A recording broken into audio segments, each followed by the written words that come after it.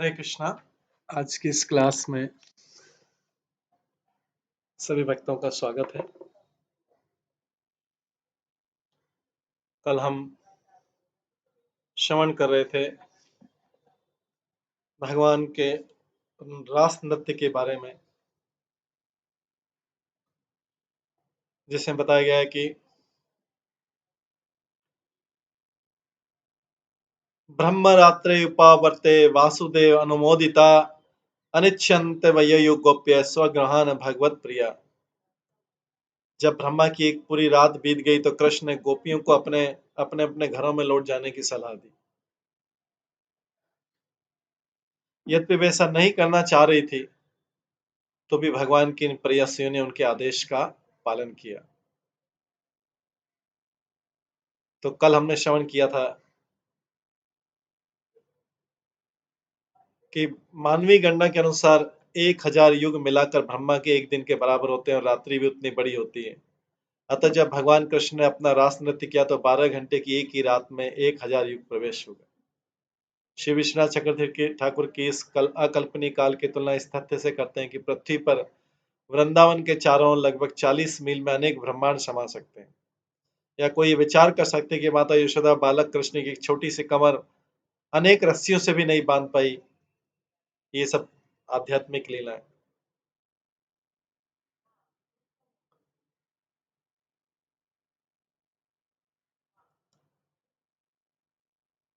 रूप गोस्वामी लघु भागवत अमृत में भी बताते हैं, एवं प्रभो प्रियाणाम च धामनश्च समस्य च अविचिन्त्य प्रभावत्वात् किंचित दुर्घटम। भगवान उनके प्रिय भक्तों, उनके दिव्य धाम या उनकी लीलाओं के समय के लिए कुछ भी असंभव नहीं है, क्योंकि सारी बातें अचिंत रूप से शक्तिशाली। श्री विश्वनाथ चक्रवर्ती इसके बाद व्याख्या करते हैं, इससे सूचित करते हैं कि कृष्ण ने गोपियों की सलाह दी कि इन लीलाओं को सफल बनाने के लिए तुम्हें तथा मुझे इन्हें गुप्त रखना पड़ेगा। ये जो हमारी रास लीला है, इसको गुप्त रखना पड़ेगा, इसको सफल बनाने के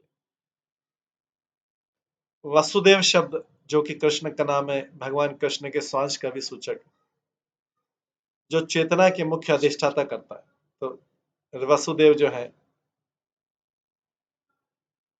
इसमें लिखा है ब्रह्म रात्रि उपावर्ते वसुदेव अनुमोदिता। इस तरह जब वासुदेव शब्द इस संदर्भ में समझ लिया जाता, तो वासुदेव अनुमोदिता शब्द है कि चेतना के मुख्य अधिष्ठाता वासुदेव ने गोपियों के हृदय में उनके गुरुजनों की चिंता तथा भय का बोध करा दिया था, जिससे युवतियां बहुत हिचकिचाहट के साथ वापस घर जा सकी। इस तरह ये भगवान की ब्रह्मांड की सबसे सर्वश्रेष्ठ लीला रासलीला का समापन होता है।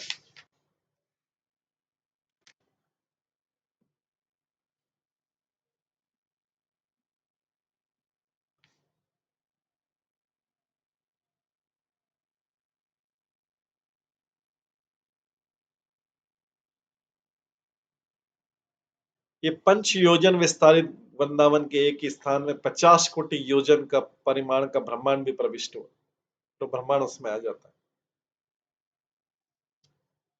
इसी रास नृत्य का और इस 5 अध्याय जो रास पंच अध्याय थे, उसके श्लोक में अंत में आता है, विक्रीडितम ब्रजवधुभिदं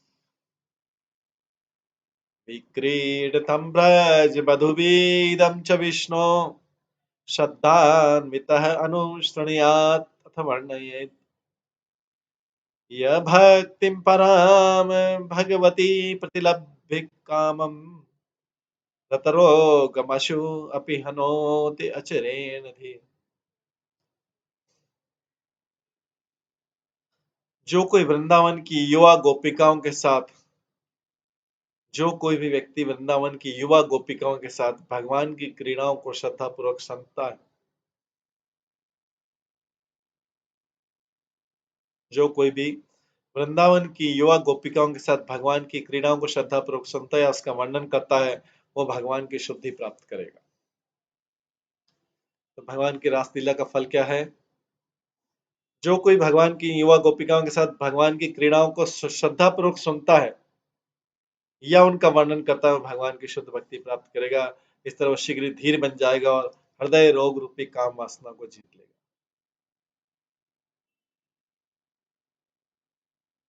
तो तात्पर्य पर बता दें, यहाँ पर कृष्ण की माधुरी लीलाओं की असाधारण शक्ति स्पष्ट रूप से प्रकट होती है।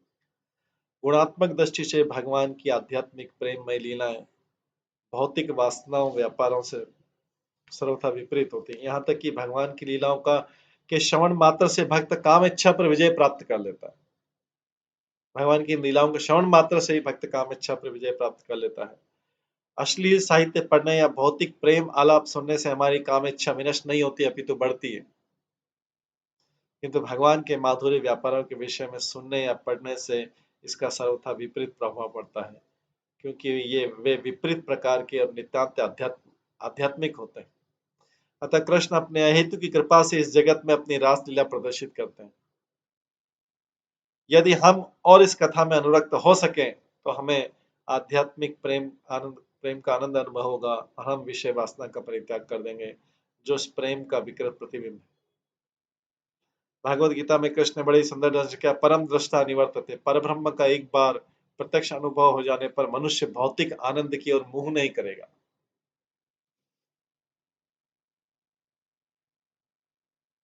परब्रह्म का एक बार प्रत्यक्ष अनुभव हो जाने पर मनुष्य भौतिक आनंद की ओर मुंह नहीं करेगा।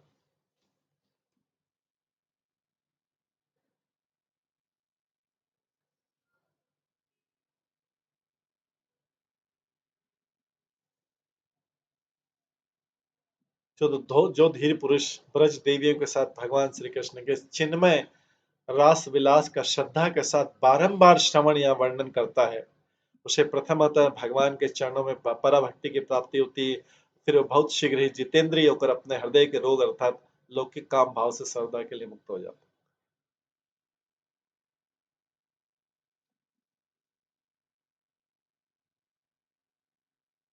भगवान श्री कृष्ण की काम विजय रूप इस रास क्रीड़ा के श्रवण आदि का फल भी काम पर विजय प्राप्त करता है। यही विक्रीडितम इत्यादि श्लोक में करें। जो लोग श्रद्धा पूर्वक इस रास लीला का पुनः पुनः श्रवण फिर वर्णन करते हैं, जो लोग श्रद्धा पूर्वक इस रास लीला का पुनः पुनः श्रवण और फिर वर्णन करते हुए शीघ्र धीर होकर श्री भगवान के प्रति प्रेम लक्षणा भक्ति को प्राप्त कर हृदय रोग काम आदि को शीघ्र ही परित्याग कर दे।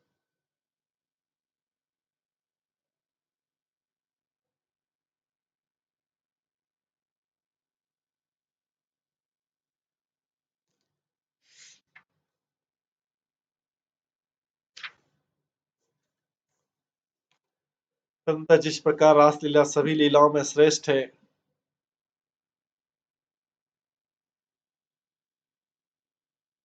जिस प्रकार रासलीला सभी लीलाओं में श्रेष्ठ है, उसी प्रकार रासलीला के श्रवण कीर्तन का फल भी सर्वश्रेष्ठ।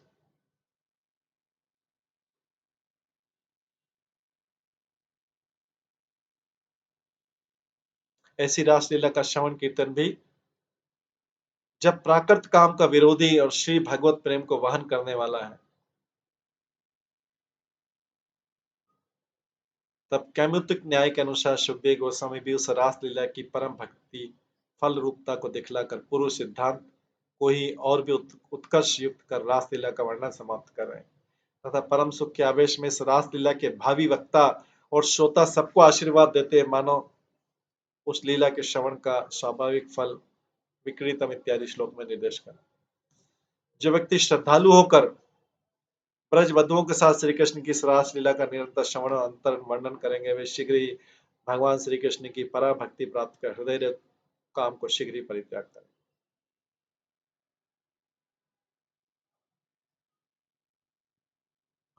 ब्रज में नई ब्रज वधु मतलब ब्रज में नई विवाहिता की भांति नव यौवन संपन्न गोपियां अथवा इस रास क्रीड़ा में सेवा का सौभाग्य देकर श्री कृष्ण जिन ब्रज सुंदरियों को पत्नी के रूप में करता है, क्या उन ब्रज सुंदरियों सहित सर्वव्यापक श्री कृष्ण की ऐसी लीला। यहाँ रास क्रीड़ा उपलक्षण मात्र है, रास क्रीड़ा के समान अन्य क्रीड़ाओं द्वारा भी इसके द्वारा निर्देश दिया जा रहा है।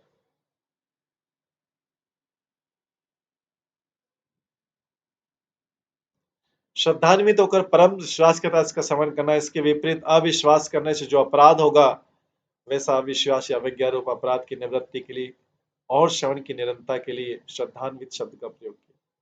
इसके द्वारा फल भी वैशिष्ट दिखला गया है।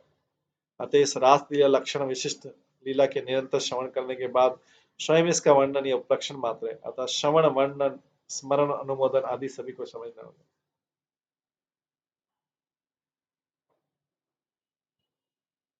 हृदयरोग काम का परित्याग करते हैं।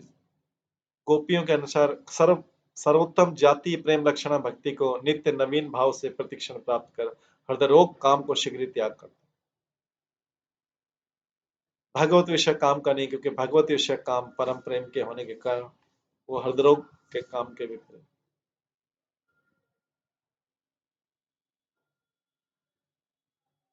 गीता के भी 18वें अध्याय के 54वें श्लोक में हम सुनते हैं कि ब्रह्म में अवस्थित प्रश्न चिन्ह व्यक्ति न तो शोक करते हैं, न ही आकांक्षा करते हैं।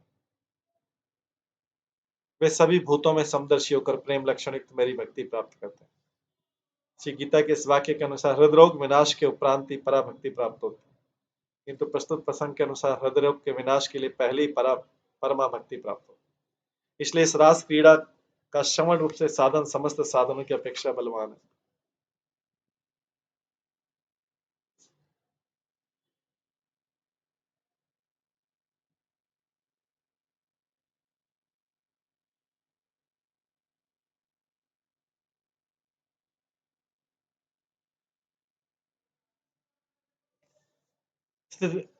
विश्वनाथ चक्रवर्ती ठाकुर लिखते हैं कि श्री रासलीला भगवान की सर्व लीला चूड़ामणि, जितनी भी लीलाएं उनमें सबसे श्रेष्ठ है। इसलिए रासलीला के श्रवण कीर्तन आदि का फल भी सर्व फल चूड़ामणि है। इसलिए विकृतम इत्यादि श्लोक का।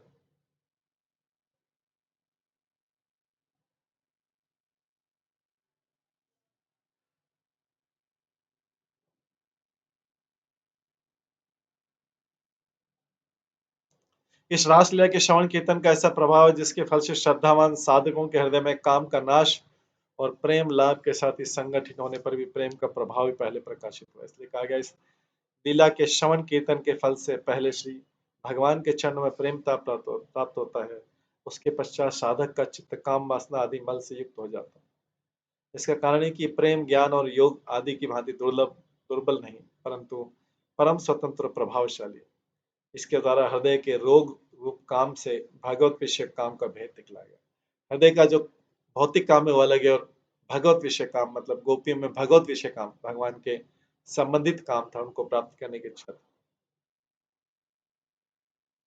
धीर पंडित तथा हृदय रोग काम के रहने पर प्रेम प्राप्त नहीं हो सकता। इस प्रकार के नास्तिक के लक्षण मूर्खता से रहे। शास्त्र अविश्वासी नाम अपराधी व्यक्ति को भी प्रेम कभी अंगीकार नहीं करता।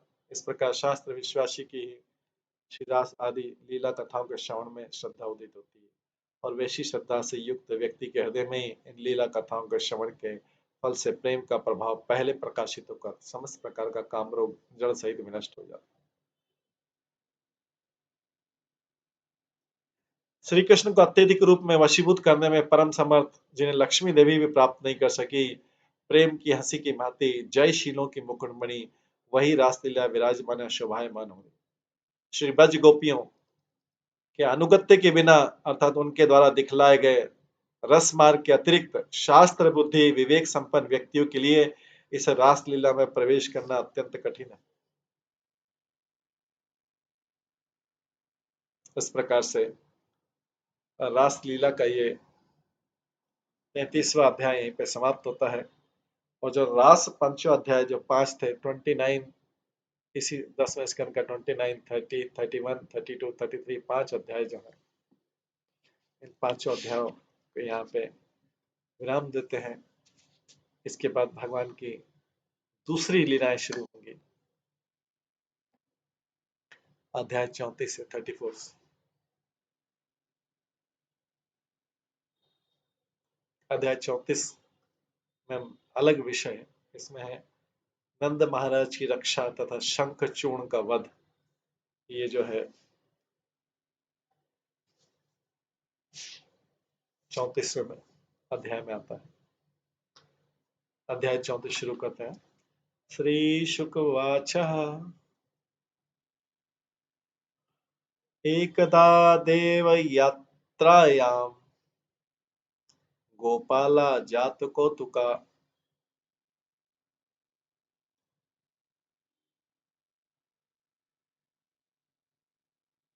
अनोभि अनुयुक्ते प्रयूते अंबिकावनम। सुखदेव गोस्वामी ने कहा, एक दिन भगवान शिव की पूजा हेतु यात्रा करने के लिए उत्सुक ग्वाले बैलगाड़ियों द्वारा अंबिका बन गए।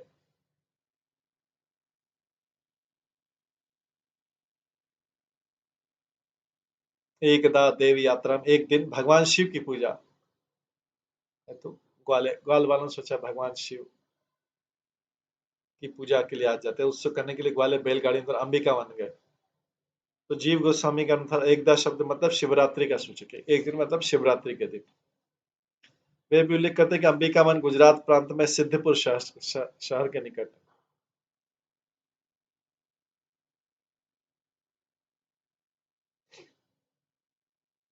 श्री विश्वनाथ चक्री ठाकुर ये बतलाते हैं कि ग्वाले फाल्गुन मास की कृष्ण पक्ष के चतुर्दशी के दिन यात्रा पर रवाना हुए।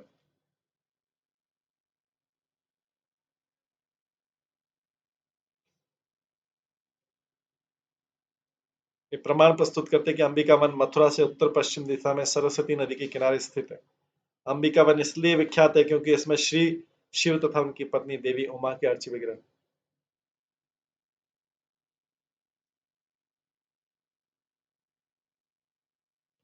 तत्र स्नात्वा सरस्वत्यां देवं पशुपति विभुम अनच्यु अर्हणे भक्त्या देवीं च नृपते अंबिका। राजन वहां पहुंचने के बाद उन्होंने सरस्वती नदी में स्नान किया और तब विविध पूजा सामग्री से शक्तिशाली शिवजी तथा उनकी पत्नी देवी अंबिका की भक्ति पूर्वक पूजा की।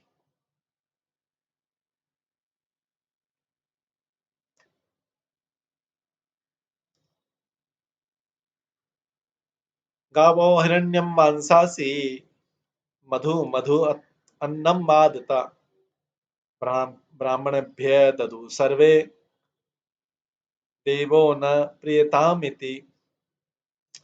ग्वालों ने ब्राह्मणों को गौवें स्वस्थ स्वर्ण वस्त्र तथा शहद मिश्रित पकवान की भेंटें दान में दी।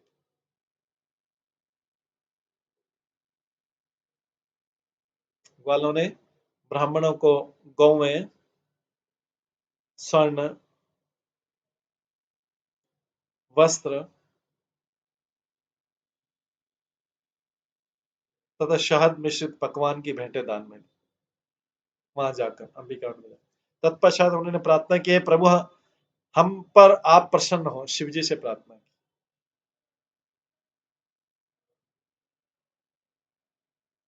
कोई भौतिक कामना नहीं, ऐसे ही प्रार्थना की शिवजी से। शिवजी तो परम वैष्णव है, तो उनसे वैसे ही तो कोई प्रार्थना कर सकते। आप हम पर प्रसन्न रहे।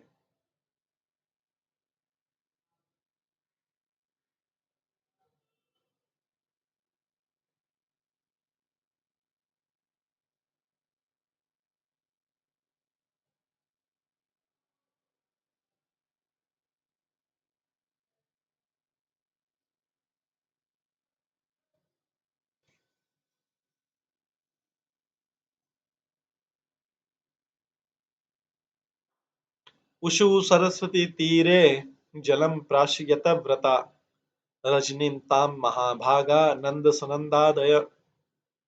सुनंद तथा अन्य अत्यंत भाग्यशाली ग्वालों ने वो रात सरस्वती के तट पर संयम से अपने अपने व्रत रखते हुए बिताई।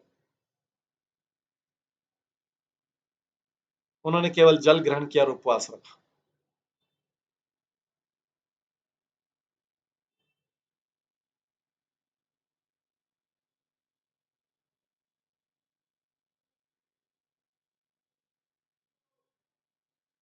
तो रात भर उन्होंने व्रत रखा।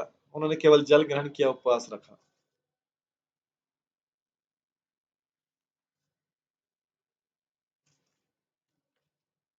जो सुनंद नंद महाराज के छोटे भाई थे।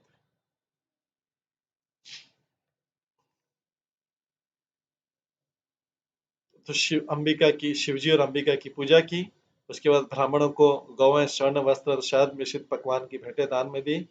और उसके बाद वो रात सरस्वती के नदी के टाइम पर संयम से अपने अपने अपने व्रत रखते हुए बिताई। उन्होंने केवल जल ग्रहण किया और उपवास रखा। कश्चित महान ही तस्मिन् विपिने अति बुभुक्षितः यदिच्छया नंदम शयानम उरुगस अग्रसित। रात्रि में जब वो लोग सोए हुए थे तो एक विशाल एवं अत्यंत भूखा सर्प उस जंगल में प्रकट हुआ।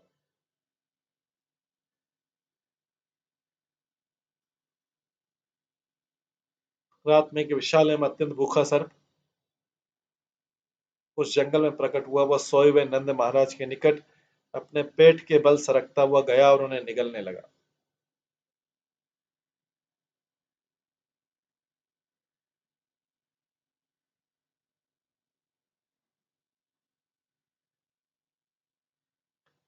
सह चुक्रोश अहिनाग्रस्त कृष्ण कृष्ण महानयम सर्प माम ग्रसते तात प्रपन्नम परिमोचय।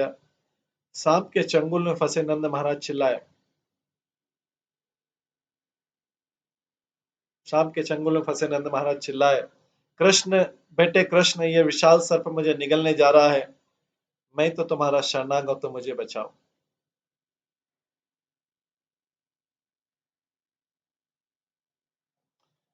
तस्य चाक्रंदितं श्रुत्वा गोपालः ससात्थितः ग्रस्तं च दृष्ट्वा विभ्रांता सर्पं बिबध्योन्मुखे।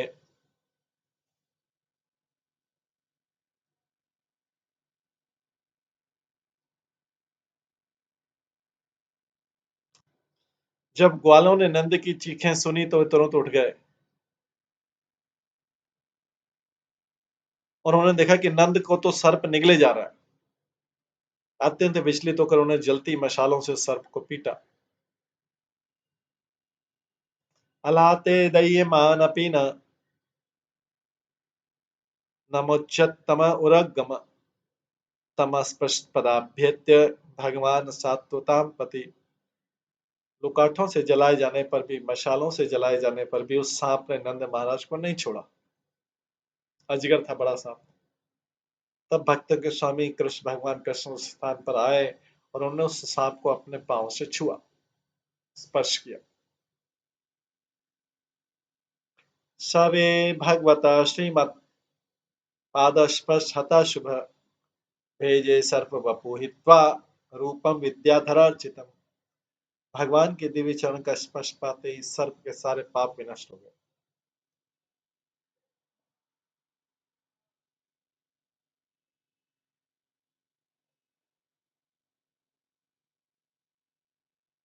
भगवान के दिव्य चरण का स्पर्श पाते ही सर्प के सारे पाप विनष्ट हो गए और उसने अपना सर्प शरीर त्याग दिया।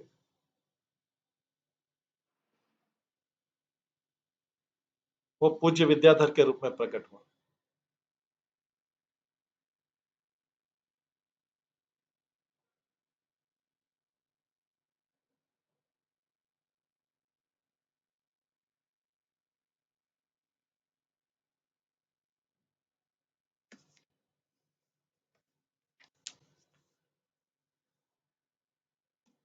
रूपम विद्याधरा चितम, अभी तक जो सर्प था वह विद्याधर नामक देवता में पूजित सुंदर रूप में प्रकट हुआ। दूसरे शब्दों में वह विद्याधरों के नायक के रूप में प्रकट हुआ। तमाप्रछत ऋषिकेश प्रणतम समं स्थितम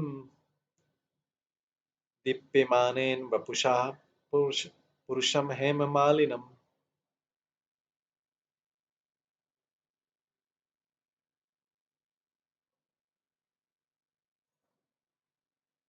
तब भगवान ऋषिकेश ने उस व्यक्ति से, जो दैदीप्यमान शरीर से युक्त उनके समक्ष सिर झुकाया था, सुनहरी मालाओं से सज्जित खड़ा था, पूछा।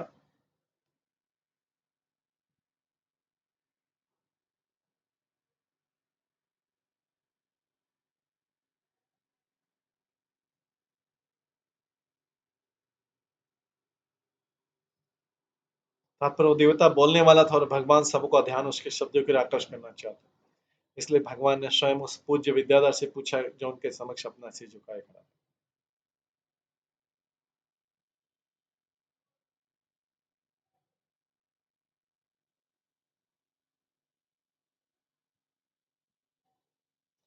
को भवान परया लक्ष्म्या रोचते अद्भुत दर्शन कथम युगुप्स्ताम एताम गतिम व प्रापिता। भगवान कृष्ण ने कहा, महाशय, आप तो अत्यधिक सौंदर्य से, चमत्कार होने से इतने अद्भुत लग रहे हैं। आप कौन है? कृष्ण पूछते हैं उस विद्याधर से जो सर्प की योनि से मुक्त हुआ था। हालांकि कृष्ण तो भगवान है, उनको सब पता है, तभी तो उन्होंने स्पर्श करके उसको मुक्त किया था सर्प जीवन से। फिर भी सबके सामने पूछते, महाशय आप तो अत्यधिक सौंदर्य से चमत्कृत होने से इतने अद्भुत लग रहे हैं आप कौन है और आपको किसने सर्प का यह भयानक शरीर धारण करने के लिए बाध्य किया? सर्प वाचा, वो सर्प जो भी विद्याधर बन गए, वो बोलते हैं, अहम विद्या अहम विद्याधर कश्चित सुदर्शन इति श्रुत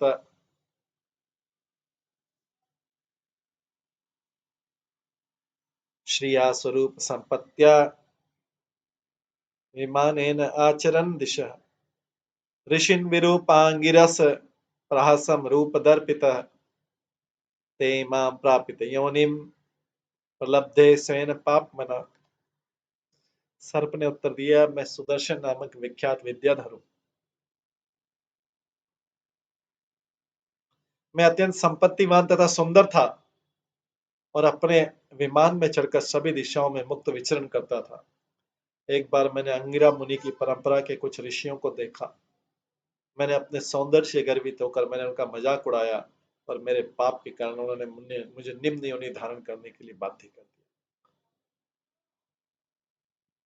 ये जो विद्याधर है, वो बोल रहा है, मैं सुदर्शन नामक विख्यात विद्याधर। शापो में अनुग्रह एव कृतस्ते करुणात्म भी यत अहम लोक गुरुणा पदास्पृश्य हताशुभ।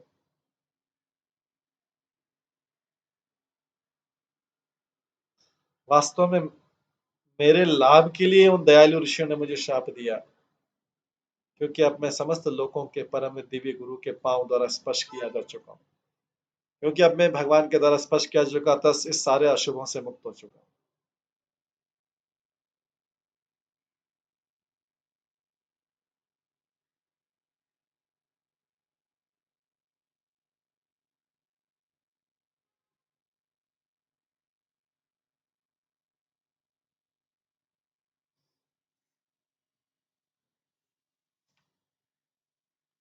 तम त्वाम भवभीतानां प्रपन्नानां भयापहम् आपृच्छे शाप निर्मुक्त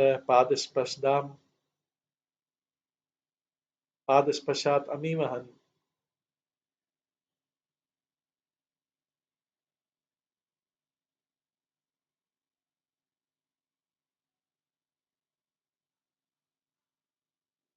आचार्य के अनुसार आपृच्छ शब्द सूचित करता है कि सुदर्शन ने विनीत होकर भगवान से अपने धाम वापस जाने की अनुमति देने की प्रार्थना की, जहां वह निश्चित रूप से शुद्ध मन से शांति पूर्वक अपने कर्तव्य का अपना निर्वाह।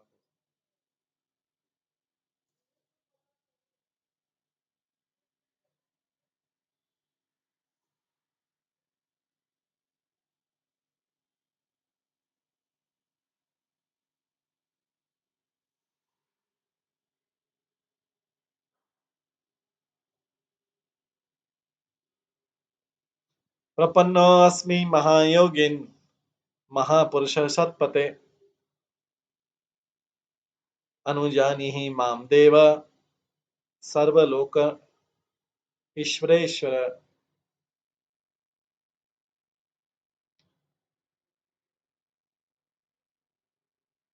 तो यहाँ पे ऊपर बोला गया है, सुदर्शन बोल रहे हैं कि आप उन समस्त लोगों के सारे भय का नाश करने वाले हैं जो इस भौतिक संसार से डर कर आपकी शरण ग्रहण करते हैं। अब मैं आपके चरण स्पर्श से ऋषियों के शाप से मुक्त हो गया। हे दुर्गुमंजन, अब मुझे अपने लोक वापस जाने की अनुमति दें। तो उसमें आगे प्रार्थना कर रहे हैं उन्हीं से, हे योगेश्वर, हे महापुरुष, हे भक्तों के स्वामी, मैं आपकी शरण ग्रहण करता हूँ। हे परमेश्वर, हे ब्रह्मांडों के ईश्वरों के ईश्वर, आप जैसा चाहे वैसी मुझे आज्ञा दें। तो यहाँ पे जो विद्याधर था, जो सर्प की योनि से मुक्त हुआ, विद्याधर ये स्वर्ग में देवताओं की एक श्रेणी है। देवता अलग अलग कैटेगरी के हैं, इंद्र से लेकर नीचे तक, तो विद्याधर भी उनमें से एक श्रेणी। ब्रह्मदंडात विमुक्तम ब्रह्मदंडात विमुक्तम सद्य ते अच्युत दर्शनात्।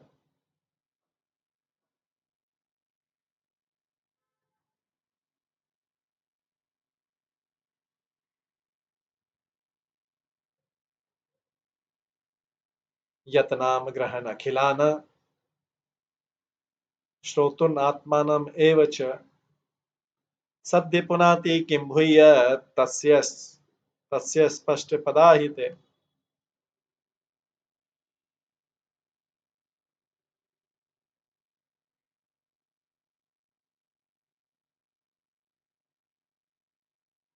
हे अच्युत, मैं आपके दर्शन मात्र से ब्राह्मणों के दंड से तुरंत मुक्त हो गया हूँ।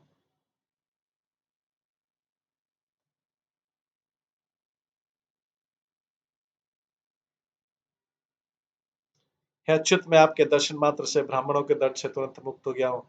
जो कोई आपके नाम का कीर्तन करता है वो अपने साथ साथ अपने श्रोताओं को भी पवित्र बना देता है। तो फिर आपके चरण कमलों का स्पर्श न जाने कितना लाभप्रद हो।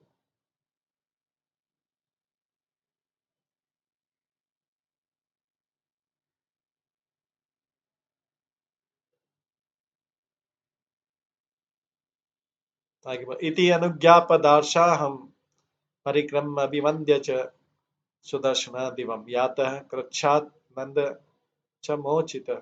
इस प्रकार भगवान कृष्ण की अनुमति पाकर सुदर्शन ने उनकी परिक्रमा की, उन्हें झुककर नमस्कार किया और तब वह स्वर्ग के अपने लोक लौट आया। इस तरह नंद महाराज संकट से उबर आए।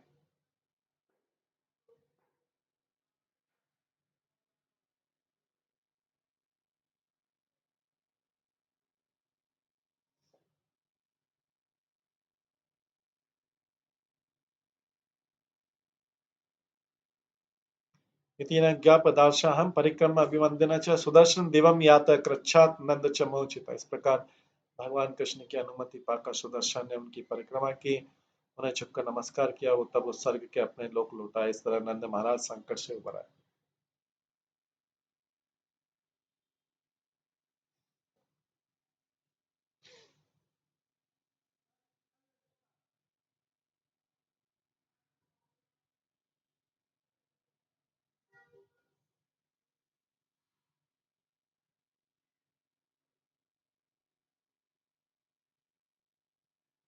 आगे 19वें श्लोक में बोलते हैं, निशाम्य कृष्णस्तदात्मवैभवम् भजो कुशोभे स्मितचेतसंस्तः समापित समापितस्मिन्नियमं पुनः व्रजम् नृपायो तत् कथयन्ता धृता।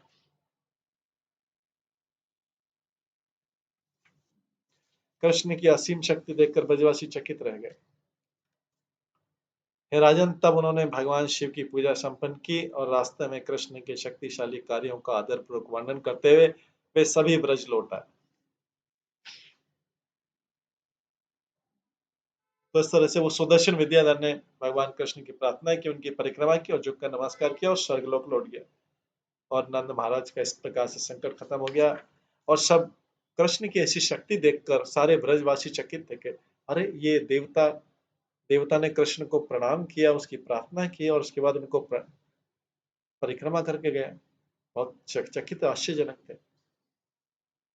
इस सुखदेव गोस्वामी अब परीक्षित मार्ग से बताते हैं, फिर से उन्होंने भगवान शिव की पूजा संपन्न की और रास्ते में कृष्ण के शक्तिशाली कार्यों का आदरपूर्वक वर्णन करते हुए सभी ब्रज लौट आए।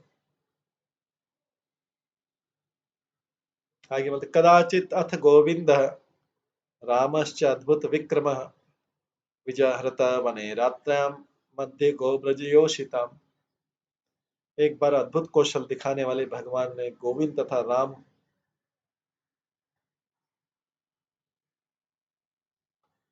एक बार अद्भुत कौशल दिखाने वाले भगवान गोविंद तथा राम मतलब बलराम रात्रि के समय ब्रज की युवतियों के साथ जंगल में क्रीड़ा कर रहे थे।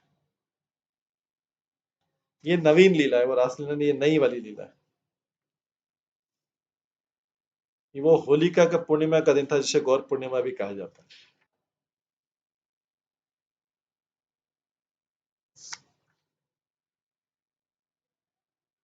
इस प्रकार से ये एक और लीला की बात करें गौर पूर्णिमा के नाम।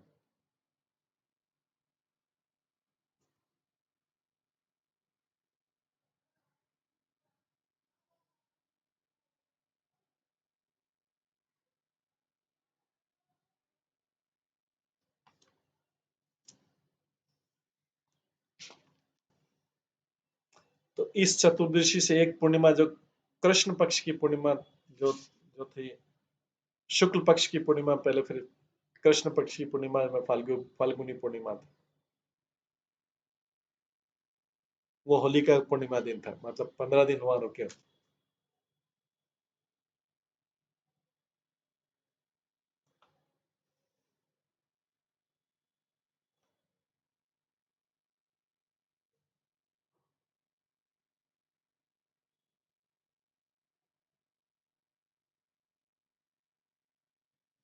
ये 15 दिन बाद का जो था फाल्गुन की दूसरी पूर्णिमा। पहली पूर्णिमा के समय तो अंबिका वन में थे वो लोग, वहां से लौट आए थे। फिर दूसरी पूर्णिमा के समय यहाँ पे होलिका का दिन था, भगवान की नई लीला।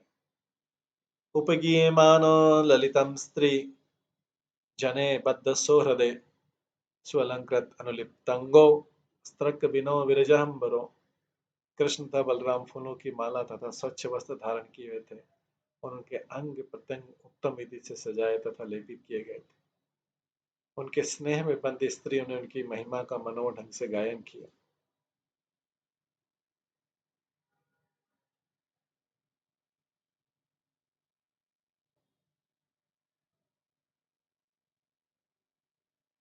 निशामुखम मानयन्तो उदित उडुपतारकम मल्लिका गंधमत्तली जुष्टम कुमुदवायुना।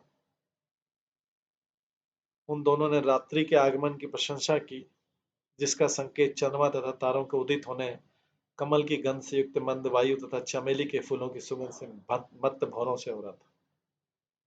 कृष्ण बलराम ने रात्रि के आगमन की प्रशंसा की, चंद्रमा और तारे उदित हो गए, ये सब रास लीला के लिए दृश्य तैयार हो रहा था। कृष्ण तथा बलराम फूलों की माला और स्वच्छ वस्त्र धारण किए हुए थे।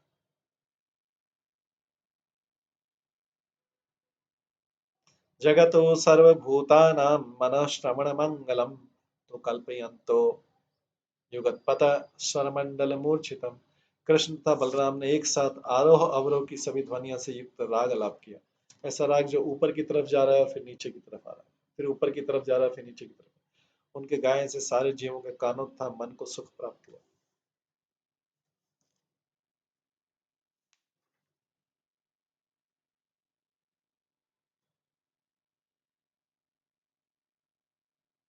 गोप्य ततस्त गोप्यस्तद गीतम आकर्ण्य मूर्छिता नवदीन नृप संसृतुकुलम आत्मानं स्रवत केशरजम ततः। जब गोपियों ने गायन सुना तो सम्मोहित हो गई। गोपी ने गायन सुना तो सम्मोहित हो गए, राजन। वे अपने आप को भूल गईं और उन्होंने यह भी नहीं जाना कि उनके सुंदर वस्त्र शिथिल हो रहे हैं, उनके बाल में मालाएं बिखर गई।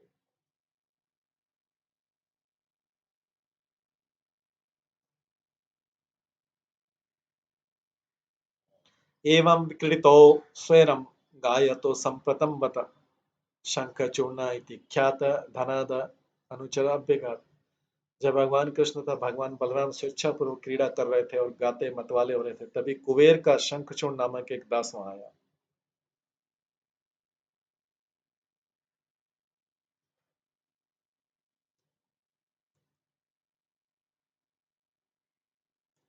तयोनीक्षितो राजन् ततनाथं प्रमदाजनं क्रोशं तं कालयामास दिशि उदीच्यामाशंकितः। हे राजन, दोनों के देखते देखते शंखचूर्ण उन स्त्रियों को उत्तर दिशा की ओर भाग कर ले जाने लगा। जब कृष्ण बलराम अपनी अपनी गोपियों के साथ क्रीड़ा कर रहे थे, तभी कुबेर का शंखचूर्ण नामक दास आया, यक्ष था। और दोनों के देखते शंखचूर्ण उन स्त्रियों को, उनमें से कुछ स्त्रियों को उठाकर उत्तर दिशा की ओर भाग कर ले जाने लगा। तब कृष्ण तथा बलराम को अपना स्वामी मान चुकी वह स्त्रियां गोपियां उनकी ओर देखते हुए चीखने चिल्लाने लगी। श्री विश्वनाथ चक्रवर्ती का ठाकुर के अनुसार असुर शंखचूड़ सुंदर तरणियों को लठ तानने लगा और उन्हें डराकर उन्हें उत्तर की ओर भगाने लगा। उसने उनका स्पर्श नहीं किया, जैसा कि अगले श्लोक से।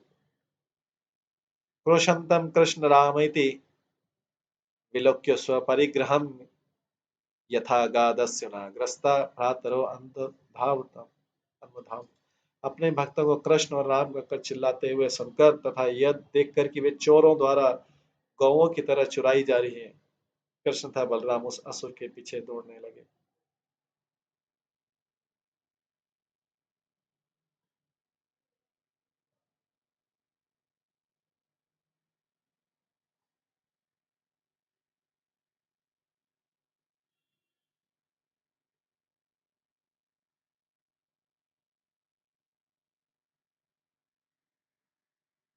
माँ भेष्टति अभय माँ भेष्टति अभय आरावो शालहस्तोतरस्विनो आसीद आसेदतुत्तम तर्षा त्वरितम गृहक अधमम।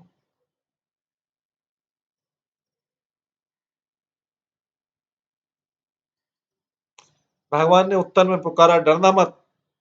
तत्पश्चात उन्होंने हाथ में शाल वृक्ष के लट्ठे उठाए, शाल वृक्ष के जो तना था ट्रंक उसको उठाया और उस अधमतम गुहयक का तेजी से पीछा करने लगे जो तेजी से भाग रहा था। गोपियां उधर से कृष्ण बलराम चिल्ला रही हैं सुनकर, जैसे चोर गौवें की तरह चोर गौवों को चुरा लेते हैं, उसी तरह कृष्ण था बलराम और ससुर के पीछे भागे। सवीक्ष्य तो अनुप्राप्तो काल मृत्यु इव उद्विजन विसृज्य स्त्री जन्म मूढ़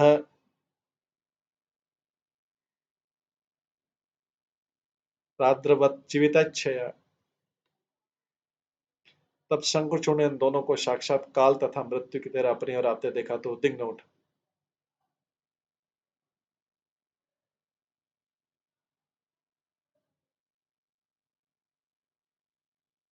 शंखचूड़ ने उन दोनों को कृष्ण बलराम को साक्षात काल तथा मृत्यु की तरह अपनी ओर आते देखा तो उद्विग्न उठा।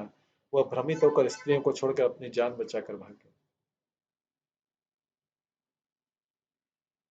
तम अन्वधावत गोविंद यत्र यत्र सधावती जीर्षु तत्शिर रत्नम तस्थो रक्षत स्त्रिय बला।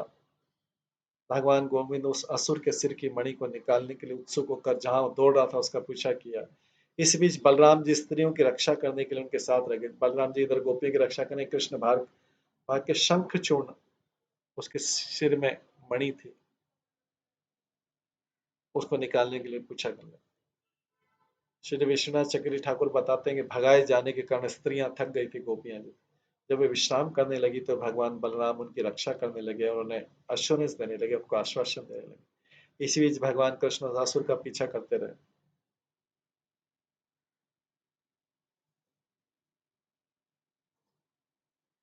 अविदुरा इवाभ्यत्येय शिरस्तस्य दुरात्मनः जहार मुष्टि न एव अंग सह चूड़मणि विभु। राजन शक्तिशाली भगवान ने दूर से इस शंख चूर्ण को पकड़ लिया, मानो निकट से हो। दूर से शंख चूर्ण को पकड़ लिया निकट से, और तब अपनी मुट्ठी से उस दुष्ट के सिर को चूड़ामणि समेत धड़ से अलग कर उसको अपने मुट्ठी से उसके सिर को उसके शरीर से अलग कर दिया।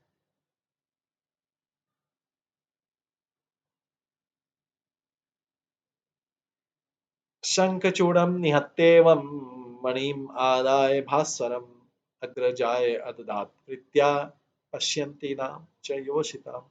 इस प्रकार शंखचूड़ असुर को मारकर तथा उसकी चमकीली मणि को लेकर भगवान कृष्ण ने इसे अपने बड़े भाई को बड़ी प्रसन्नता पूर्वक गोपियों के सामने भेंट की।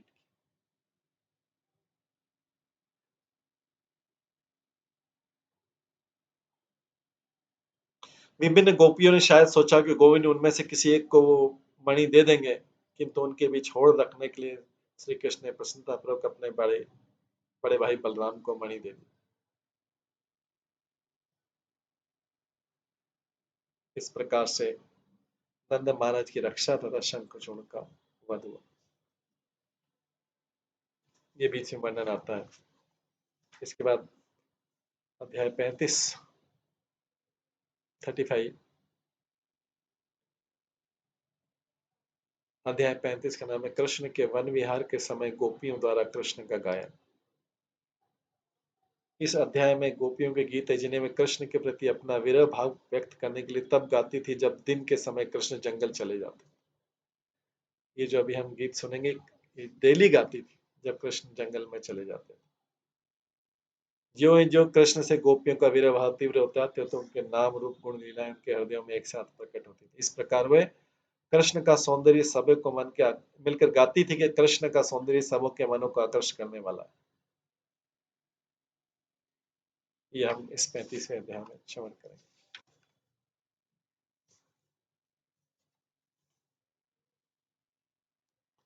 श्री शुकवाच गोप्य कृष्णे वनं याते तम अनुद्रत चेतसः कृष्ण लीला प्रगायन्त्य निन्यु दुखेन वासरा।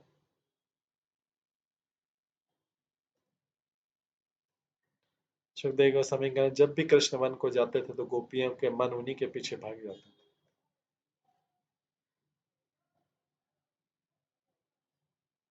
जब भी कृष्ण वन को जाते थे तो गोपियों के मन उन्हीं के पीछे भाग जाते थे, और इस तरह वो गोपियां उनकी लीलाओं का गान करके खिन्नता पूर्वक अपना दिन बताती, विरह की पीड़ा सहते हुए अपना दिन बिताती।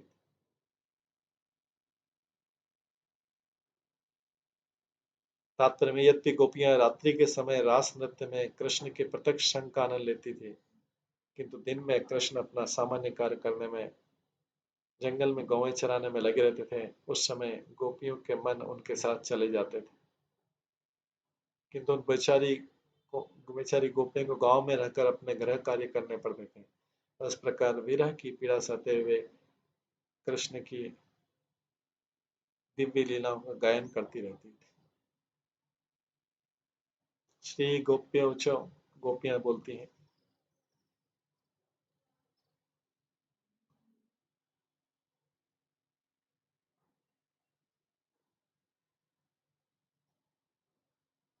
माम बाहु कृतवाम कपोलो वल्गी भ्रुवधर पितवेणु।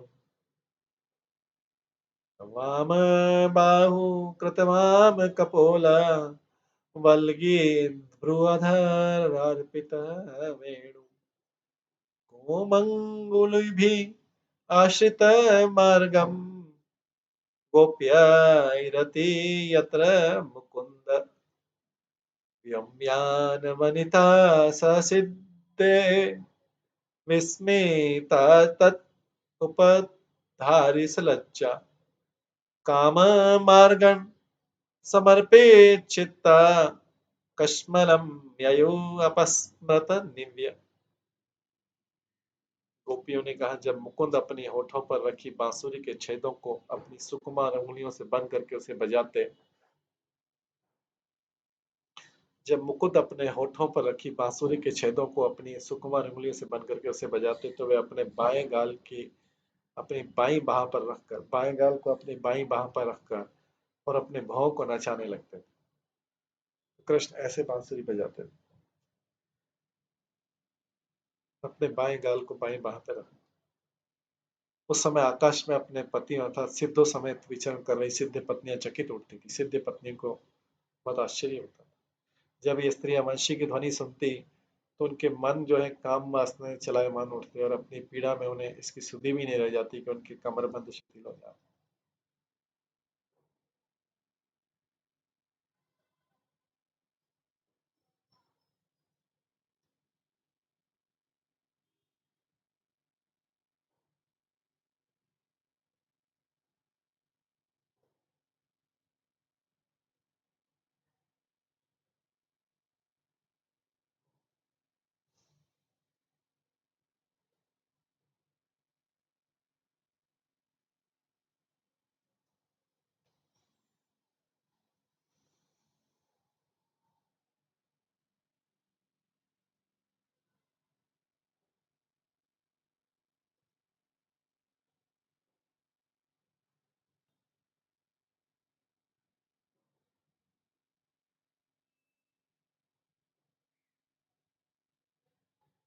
श्री जी गोस्वामी कहते हैं कि इस अध्याय में गोपी को उन कथनों का संकलन है कि जिन्हें वे वृंदावन में छोटी छोटी टोलियों में इधर उधर खड़ी होकर समय पर व्यक्त करती थी। गोपियां ये बातें जब ग्रुप में खड़ी रहती थी और भगवान का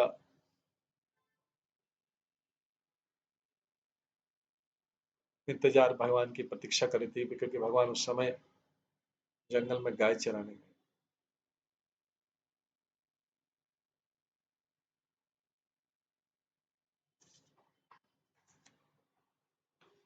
आगे कहते हैं, हंत चित्रं बलाश्नुतेदं हाराहासुरसिस्तेर्विद्युत्।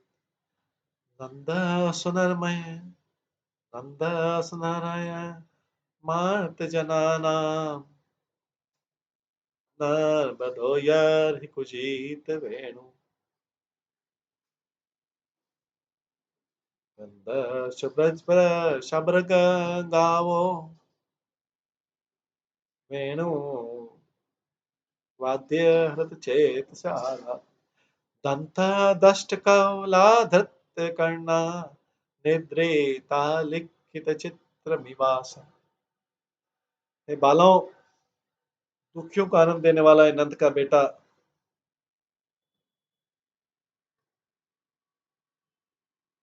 दुखियों को आनंद देने वाला यह नंद का बेटा।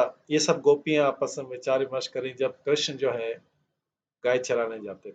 कृष्ण बलराम पीछे सोचती थी, दुखियों को आनंद देने वाला नंद का बेटा अपने वक्षस्थल पर अविचल दामिनी वहन करता है और इसकी हंसी रत्न जटित हार जैसी। अब जरा कुछ विचित्र सी बात सुनो, जब वह अपनी बांसुरी बजाता है तो बहुत दूरी के पर खड़े ब्रज के बैल, हिरण तथा गौवें झुंड के झुंड इसकी ध्वनि से मोहित हो जाते हैं और वे सब जुगाली करना बंद कर देते हैं और कानों को खड़ा कर देते हैं। वे स्तंभित होकर ऐसे लगते हैं मानो सो गए हैं चित्रों में बनी आकृति। तो यहाँ पे स्थिर विद्युत शब्द जो है लक्ष्मी जी का द्योतक, क्योंकि भगवान के वक्षस्थल पर निवास करती है। जब वृंदावन के पशु बांसुरी की ध्वनि सुनते हैं तो आनंद के मारे वे स्तंभित हो जाते हैं और अपना चारा चबाना बंद कर देते हैं और वैसे निकल नहीं सकते। कृष्ण के विरह में गोपियां भगवान के वंशी वादन के असाधारण प्रभाव पर आश्चर्य करती। श्रीधर स्वामी ने सामासिक पद हार हास की व्याख्या की, जिसमें भगवान कृष्ण की मुस्कान की तुलना एक हार से की गई। इस प्रकार की है, वह व्यक्ति जिसकी हंसी रत्न जटित हार के समान स्पष्ट चमकने वाली है, या कि वह जिसकी हंसी उसके रत्न जटित हारों से प्रतिबिंब में होती है। क्योंकि कृष्ण जब बंसी बजाते हैं तो वे अपना सिर नीचे झुकाकर मंद मंद हंसते हैं। जब कृष्ण बांसुरी बजाते हैं तो अपना सिर नीचे झुकाकर मंद मंद हंसते हैं। शब्द का अर्थ है कि वह जिसकी हंसी अपने तेज को रत्नजड़ित हार की तरह उसके वक्षस्थल पर डाल रही है, अथवा वह जिसका हार उसी उसी की हंसी के समान चमकीला है।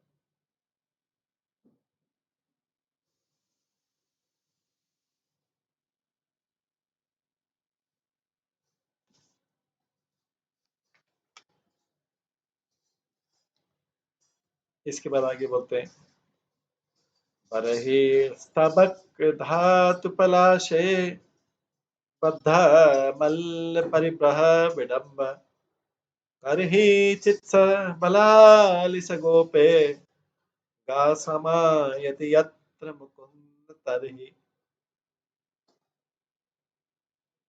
गा समायति यत्र मुकुंद तरहि भग्न गतया सरितावे तथा पदाम्बुज रजनीलितम् स्प्रयति वयम् इव बहु पुण्य प्रेमा वेपित भुजास्तिमिताप।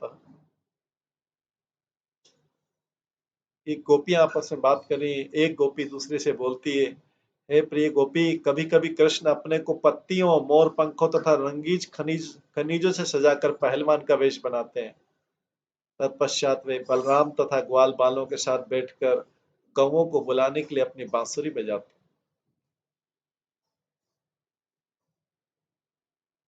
उस समय नदियां बहना बंद कर देती है और उनका जल उस आनंद से स्तंभित हो उठता है जिसे वे उस वायु की उत्सुकता पूर्वक प्रतीक्षा करते अनुभव करते, जो उनके लिए भगवान के चरण कमलों की धूल लाएगा।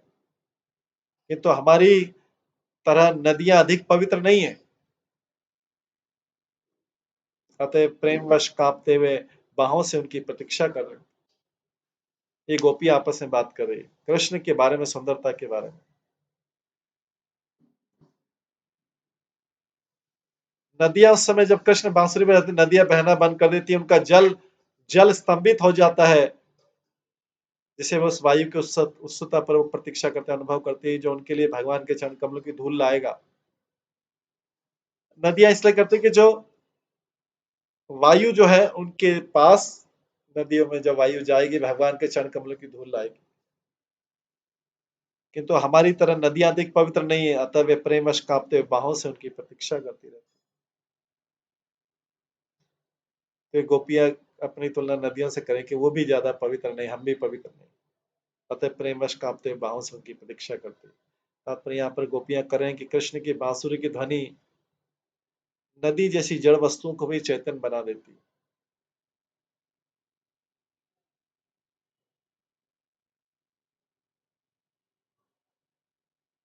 जिससे वे आनंद से स्तंभित हो जाती है। इस तरह गोपियां सदैव कृष्ण के शारीरिक सानिध्य में नहीं रह सकती थी। उसी तरह जिस तरह गोपियां सदैव कृष्ण के शारीरिक सानिध्य में नहीं रह सकती थी, उसी तरह नदियां भगवान के चरण कमलों तक नहीं आ सकती थी। यद्यपि वे भगवान को चाहती थी, किंतु आनंद के मारे उनका हिलना डोलना रुक जाता था और उनकी लहर रूपी भुजाएं भगवत प्रेम में कांपने लगती।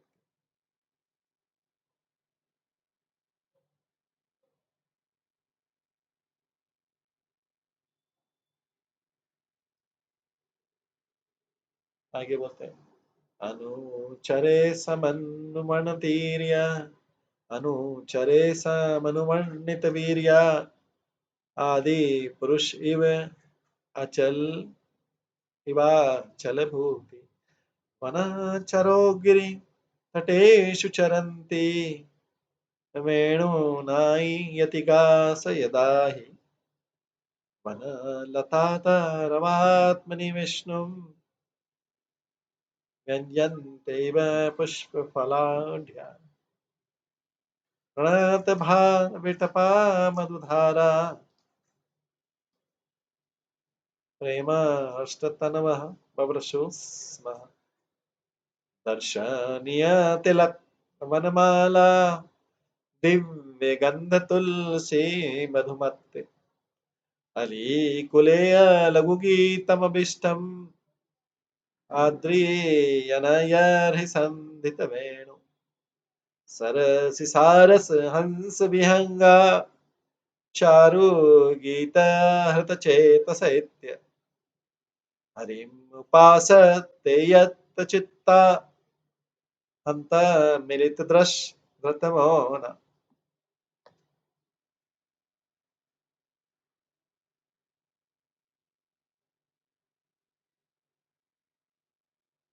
यहाँ पे कहा गया है,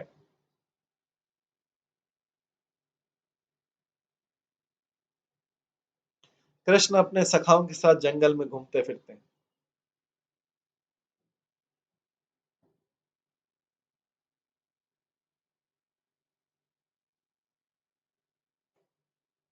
कृष्ण जो है अपने सखाओं के साथ जंगल में घूमते फिरते हैं।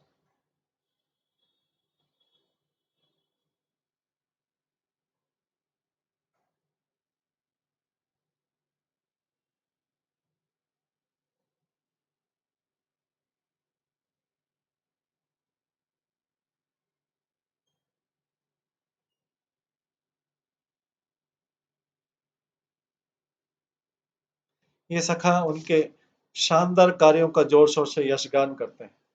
इस तरह वे पूर्ण पुरुषोत्तम परमेश्वर की तरह अपने अक्षय ऐश्वर्य का प्रदर्शन करते प्रतीत होते हैं। जब गायें पर्वत की तलेटी में घूमती है और कृष्ण अपनी वंशी की तान से उन्हें बुलाते हैं,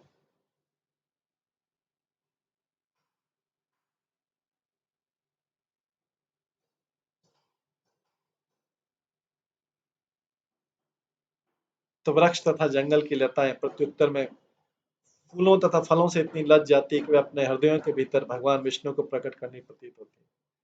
जब भार से उनकी शाखाएं नीचे झुक जाती है, तो उनके तनों के तंतु तथा लताएं भगवत प्रेम के रोम से जटी खड़ी होती हैं और वृक्ष तथा लताएं दोनों ही मधुर रस की वर्षा करने लगे।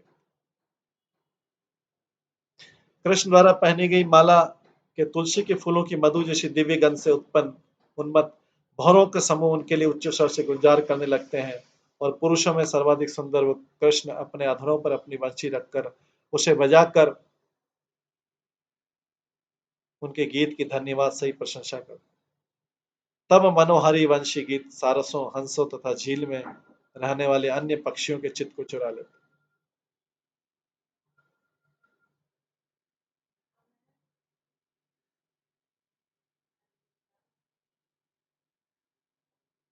निसंदेह ये सभी अपनी आंखें बंद किए और मौन साधे उनके पास जाते हैं और गहन ध्यान में उन पर अपनी चेतना को स्थिर करते उनकी पूजा करते।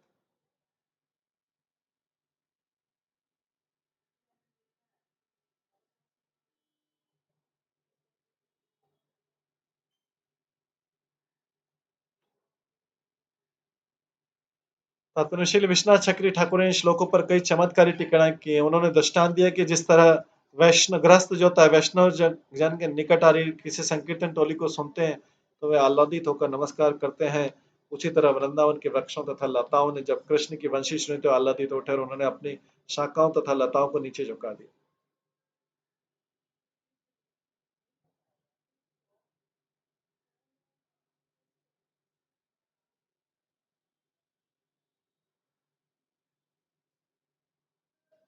श्री विश्वनाथ चक्रवर्ती ठाकुर यह भी इंगित करते हैं कि यद्यपि तुलसी कई कई प्रकार से परम आदरणीय है, किंतु सामान्यतः सुगंधित अत्यंत सुगंधित वृक्ष नहीं मानी जाती। फिर भी प्रातःकाल तुलसी से ऐसी दिव्य गंध निकलती है जिसे दिव्य पुरुष ही समझ सकते हैं, सामान्य व्यक्ति नहीं। हाँ, वे जो भौरे जो भगवान द्वारा पहनी पुष्प माला के चारों ओर मंडराते हैं, अवश्य इस सुगंध की कदर करते हैं।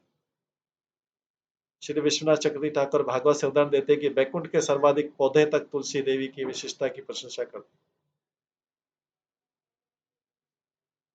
कृष्ण ने अपने होठों पर वंशी की मजबूती से रखा और इस वंशी से निकली तार निश्चय ही सर्वाधिक मोहक ध्वनि है, जैसा कि इस अध्याय में गोपियों ने कहा है।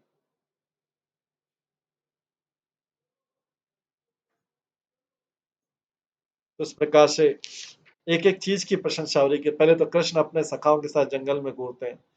ये सखा कृष्ण के कार्यों का जोर जोर से गान करते हैं जंगल में, और इस तरह वे पूर्ण पुरुषोत्तम की तरह अपने अक्षय ऐश्वर्य का प्रदर्शन करते प्रतीत होते हैं। भगवान अपना पूरा अक्षय ऐश्वर्य, जो कभी क्षय नहीं होने वाला ऐश्वर्य, उसका प्रदर्शन करते हैं। गाय पर्वत की तलेटी में घूमती है और कृष्ण अपनी वंशी के तान से उन्हें बुलाते हैं। तो वृक्ष तथा जंगल की लताएं प्रत्युत्तर में फूलों तथा फलों से इतनी लज जाती हैं कि वे अपने हृदयों के भीतर भगवान विष्णु को प्रकट करती हैं। जब भार से उनकी शाखाएं नीचे झुक जाती है तो उनके तनों के तंतु तथा लताएं भगवत प्रेम से रोम जैसी उठ खड़ी होती हैं। वृक्ष तथा लताएं दोनों ही मधुर रस की वर्षा करने लगती हैं।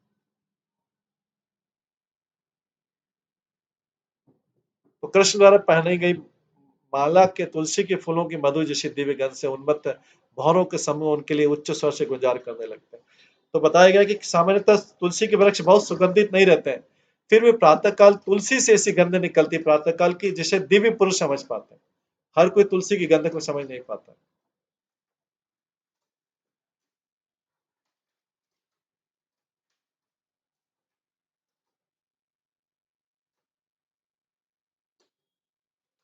इस प्रकार से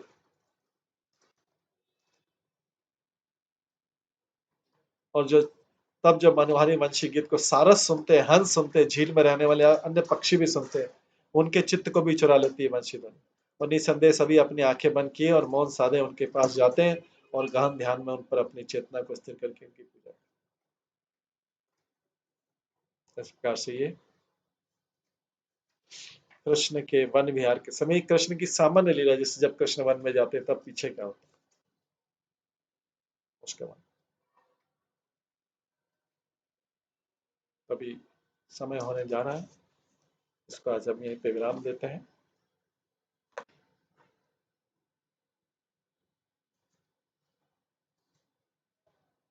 और इसके आगे की लीला जो हम कल की क्लास में श्रवण करेंगे। हरे कृष्णा। सभी भक्तों का बहुत बहुत धन्यवाद। सभी भक्तों के लिए एक बार हरे कृष्ण महामंत्र का जप करें। हरे कृष्णा कृष्णा कृष्णा हरे हरे, हरे राम राम राम हरे।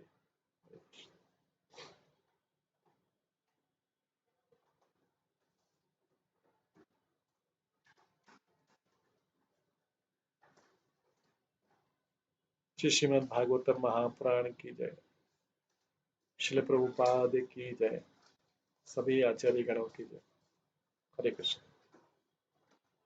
आज की क्लास में कोई प्रश्न आज की क्लास का तो हम कल की क्लास में श्रवण करेंगे। कल की क्लास में उसका उत्तर देंगे। हरे कृष्ण।